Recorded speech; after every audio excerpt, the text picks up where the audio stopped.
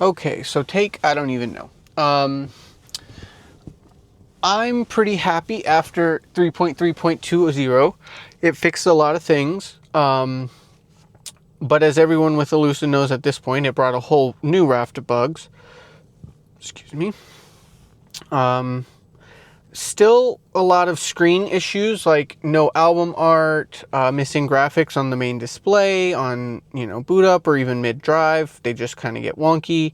It'll show one seat on cold, one seat on hot, even though they are both off. Just a lot of new weird issues. I have also had on the way home from Miami, when you bump up a line, it starts the lane assist warning, like the lane keep, and it will trigger the vibration of the wheel and whatever it does in the wheels. I don't know how that system works. I asked mobile service and he couldn't explain it.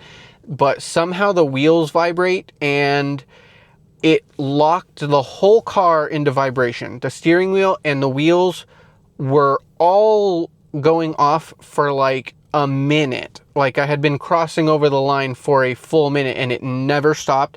I had to disable everything, step on the brake, and then start driving again in order to get it to stop shaking. So there's some issues, that's for sure. I did also notice I had something with the parking sensor or like surround vehicle sensor that would trigger, and then you would hear the beep that just wouldn't stop beeping. So again, had to shut everything off, park, brake. I don't know how to explain those yet, and I haven't had enough time to really push it and test it, and I haven't had the camera running when I've had all these strange things. So it's just kind of like, you missed it, hard to explain. For our service visit, we did have the steering wheel replaced. The buttons are significantly better, but not perfect. They need to just get on version wheel 2.0. That's just, there's no way this is going to work for long term, I don't think. Every maker needs to get the buttons on the steering wheel as like priority number one. So yeah, priority number one. They did replace a TCU for the Wi-Fi and cellular. That was definitely not it. Not working. The Dream Drive Pro 2, they did say was working as functional, and it is much better. However, it is the same, essentially. It always shows the lane furthest ahead as curving to the left, which is just impossible. I mean, it's just not possible.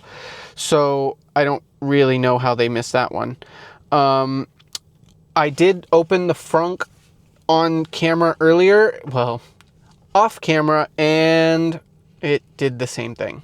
It pulls where it shouldn't, and I don't know why. It must be something with temperature and time, because it does not repeat itself if you open it multiple times in a row.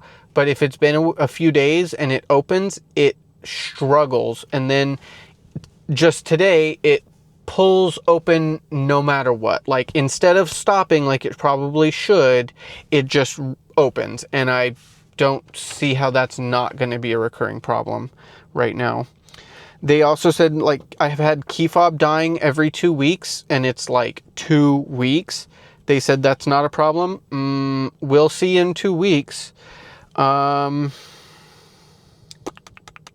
did ask about the struts in the back, and they said all of that was working fine, and I believe that.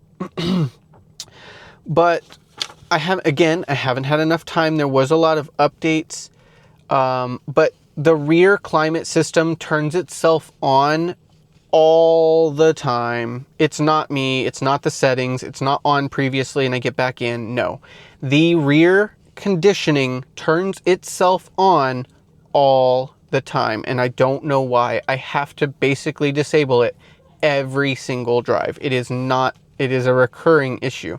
My neighbor's out there. So,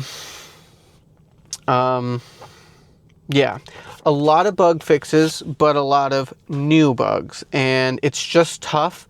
I haven't been able to really been driving. I've been trying to get that 2 places in order. So yeah, it's probably not my best bug video, but I do believe they opened up a new like bug form on the Lucid website, so that's kind of interesting. I will probably have to sit down and take some time and get a little more thorough and try to submit some things there.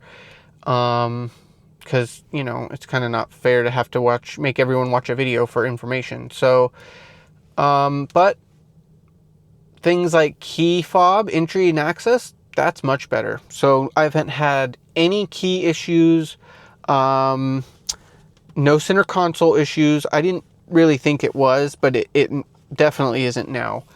You can just jump right in. The door handles seem like really good for the key. They're responsive. And there is a little bit of delay, but that's, I believe, how it's physically made. I don't see that really changing, and it just doesn't bother me. I mean, I know it's gonna bother people. That's just what it is. But for me, it's like, unless you're trying to jump in your car and get away from, you know, I don't know. So I don't know what else to say, but yeah. See you in the next one.